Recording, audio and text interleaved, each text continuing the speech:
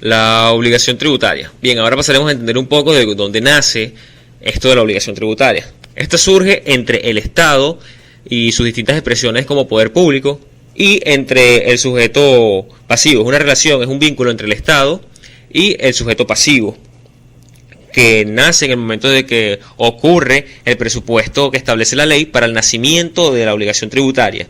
Esta principalmente es una obligación personal, establece un vínculo personal, aunque se pueda cumplir luego por garantías o con ciertos privilegios. De esta explicación, ¿qué tenemos que entender? Bien, que de la obligación tributaria principalmente va a surgir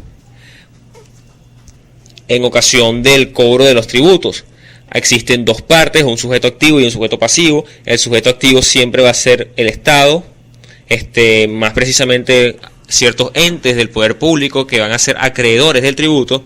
El sujeto pasivo va a ser el que está obligado a pagar el tributo. Ya veremos que podrá ser en calidad de contribuyente o responsable. Y esta nace en el momento de que se da un supuesto de hecho o un presupuesto que ya establece la ley, que es lo que se llama hecho imponible. Y que se establece que este es un vínculo personal, es decir, debe cumplir el individuo, el sujeto pasivo, personalmente, aunque pueda garantizar esa obligación, ya sea con una garantía real, es decir, una fianza, una prenda o una hipoteca, o por algún privilegio especial. Otro aspecto es que los convenios entre particulares no son oponibles al fisco. Y también otro aspecto es que todo lo que no esté previsto, si no se encuentran respuestas en la ley, se puede aplicar el derecho común en cuanto sea aplicable. Ahora pasemos a hablar del sujeto activo de la obligación tributaria. El sujeto activo de la obligación tributaria es el ente acreedor del tributo. De esa definición tenemos que hacer un análisis. Tiene que ser un ente y tiene que ser el acreedor del tributo. Esos son los dos elementos principales. ¿A qué se refiere que sea un ente? Bien, nuestro ordenamiento jurídico establece cierta cantidad de entes, que son aquellos que son del Estado y tienen personalidad jurídica. En principio, de todos los entes que existen en nuestro régimen jurídico, los únicos en principio que pueden ser sujetos activos de la obligación tributaria son la nación, los estados y los municipios. Ahora, también pueden ser sujetos activos de la obligación tributaria aquellos entes a los que cualquiera de estos tres, nación, estado o municipio, hayan delegado ese poder. Como por ejemplo puede ser el caso de los servicios autónomos. Entonces ya tenemos quién puede ser ese sujeto, que son los entes. Ahora, acreedor del tributo. Cuando se dice acreedor de tributo es que es a él a quien va a ir dirigido la recepción de la creencia. En ese sentido, existen órganos que son cobradores de tributos, pero no son quienes se van a quedar con la ganancia del tributo.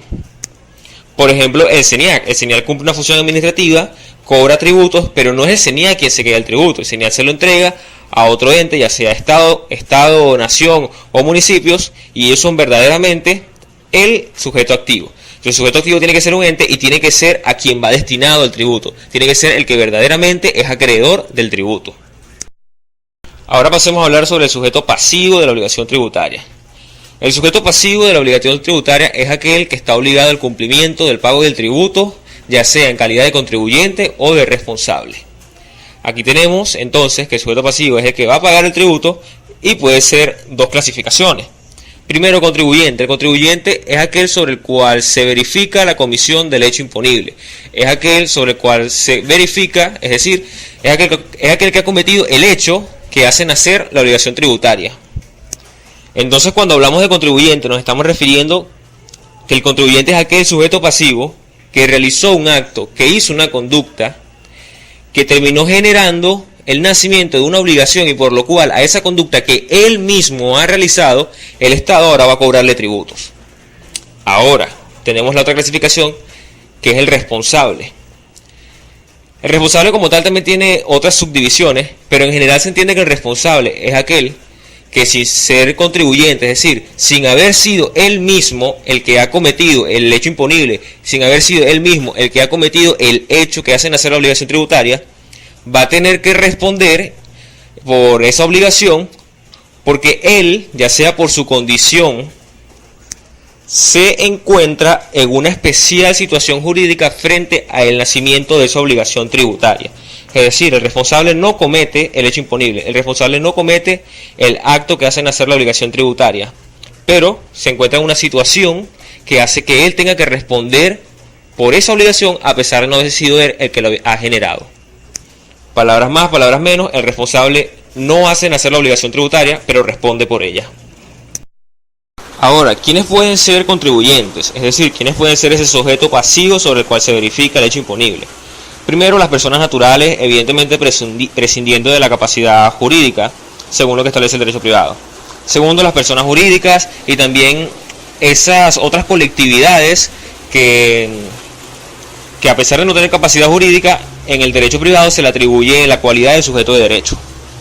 Y por último, aquellas entidades colectivas patrimoniales que dispongan de un patrimonio y tengan un funcionamiento autónomo. Por otra parte, hay que establecer que el contribuyente tiene la obligación no solo de pagar el tributo, sino de cumplir con las formalidades tributarias. El cumplimiento del deber tributario no se extingue cuando fallece el contribuyente, pues si éste fallece, las cargas tributarias se transfieren a sus sucesores. El mismo caso sucede con las personas jurídicas, es decir, si una persona jurídica se fusiona con otra persona jurídica, la entidad nueva, la entidad que es creada, esa entidad fusionada es la que ahora tendrá las cargas tributarias. Los responsables por su parte se dividen en responsables solidarios y responsables directos. Son responsables directos en calidad de agentes de retención o percepción aquellas personas designadas por la ley o por la administración tributaria previa autorización de la ley, que por sus funciones públicas o por razón de su actividad privada intervengan en actos u operaciones donde deban retener o percibir el tributo correspondiente. Ahora, los responsables solidarios. Existen tres. Son responsables solidarios del contribuyente, aquellos sobre los cuales se verifique el mismo hecho imponible. Segundo, también son responsables solidarios del contribuyente, aquellos que adquieren fondos de comercio o adquieren activos y pasivos de empresa o otros entes colectivos con o sin personalidad jurídica. Y por último, los terceros, son responsables solidarios del contribuyente, aquellos que dispongan, administren o reciban sus bienes.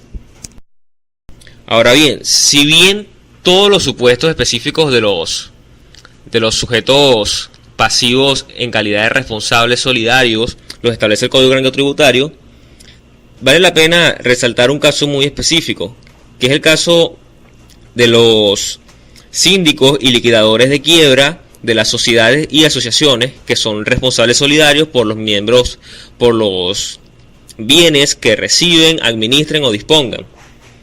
Entendamos que la quiebra es una garantía que se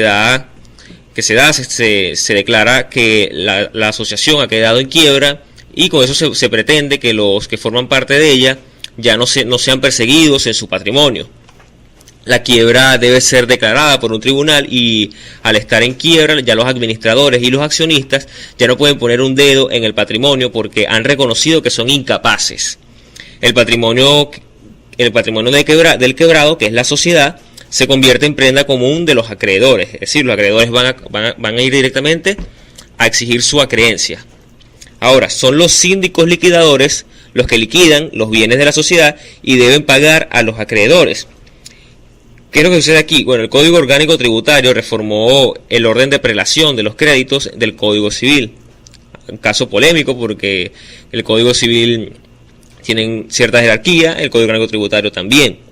Pero bien, solamente nos importa saber que en este momento la deuda fiscal se paga primero que ciertas deudas, es decir, se paga primero de deudas importantes tales como la deuda hipotecaria e incluso la deuda quirografaria.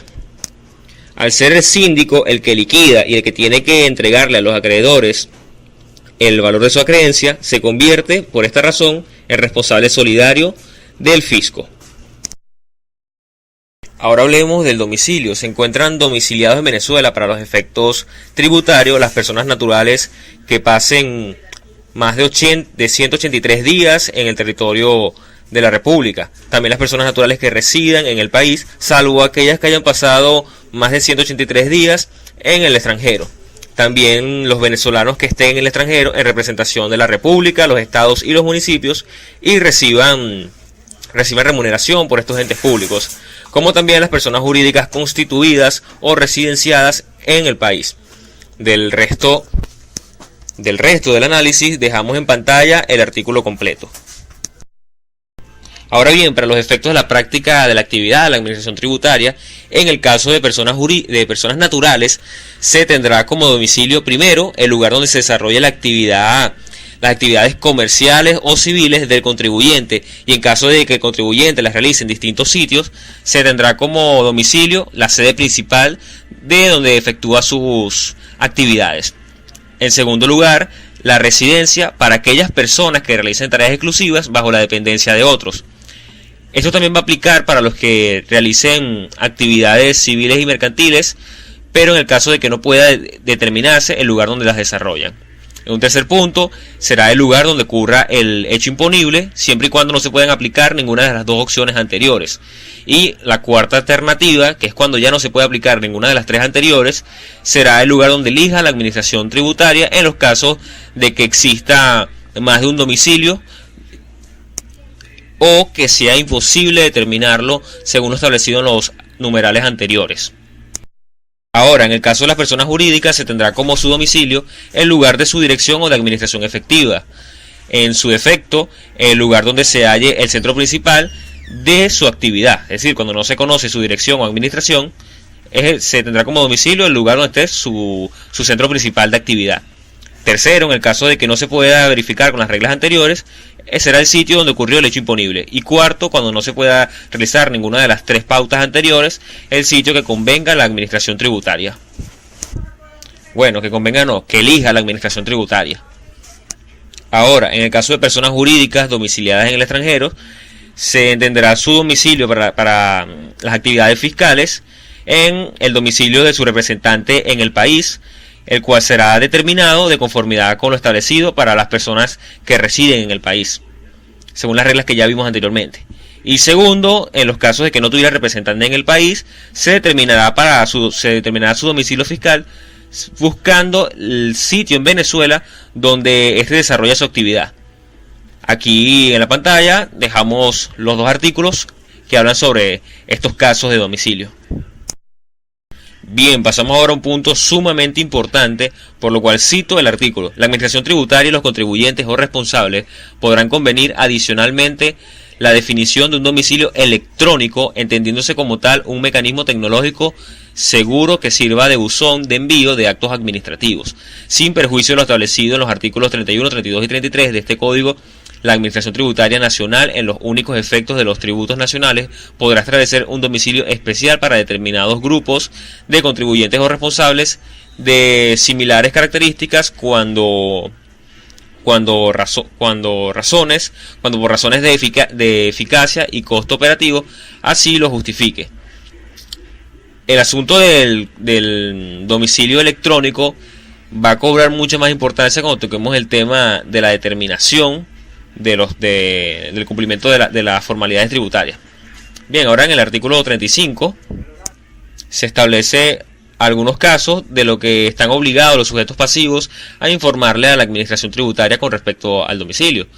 Y establece primero el cambio de directores, administradores, razón o denominación social de la entidad, el cambio del domicilio fiscal, el cambio de la actividad principal o la cesación, suspensión o paralización de la actividad económica habitual del contribuyente. En pantalla el artículo. Ok, pasemos a estudiar ahora el hecho imponible. El hecho imponible es el presupuesto establecido por la ley para tipificar el tributo, cuya realización origina el nacimiento de la obligación tributaria. Es decir, es este hecho que cuando el contribuyente lo realiza, nace la obligación tributaria. Se considera que ha ocurrido el hecho imponible y existentes sus resultados, primero en las situaciones de hecho desde el momento en que se haya realizado las circunstancias materiales necesarias para que se produzcan los efectos que normalmente le corresponden, y segundo en las situaciones jurídicas desde el momento en que estén definitivamente constituidas de conformidad con el derecho aplicable. Es decir, aquí tenemos dos elementos. El hecho imponible se considera que está realizado y existente sus resultados, en situaciones de hecho y también en situaciones de derecho. Situaciones de derecho cuando se den las circunstancias materiales necesarias.